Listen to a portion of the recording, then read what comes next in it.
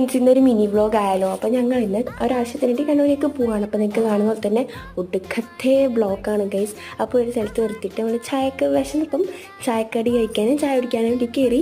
അങ്ങനെ ചായയും ബൂസ്റ്റാണ് കുടിച്ചത് കേട്ടോ, ഞാൻ അച്ഛൻ ചായയും.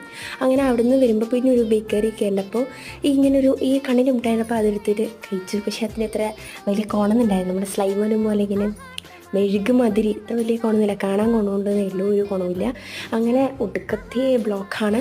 ലാസ്റ്റ് അങ്ങനെ ഞങ്ങൾ എത്തിയത് നന്ദില ജിമാർട്ടാണ്. അവിടെ നിന്ന് അപ്പൂന് വേണ്ടിയിട്ട് ഫാൻ എടുത്തിട്ടുണ്ടായിരുന്നു. പിന്നെ അമ്മ കുറേ അല്ലറ ചില്ലറ സാധനങ്ങളൊക്കെ വാങ്ങിയെടുക്കണ്ടായിരുന്നു. അങ്ങനെ അതൊക്കെ വാങ്ങിയിട്ട് പിന്നെ ഞങ്ങൾ ഫുഡ് കഴിക്കാൻ പോയി.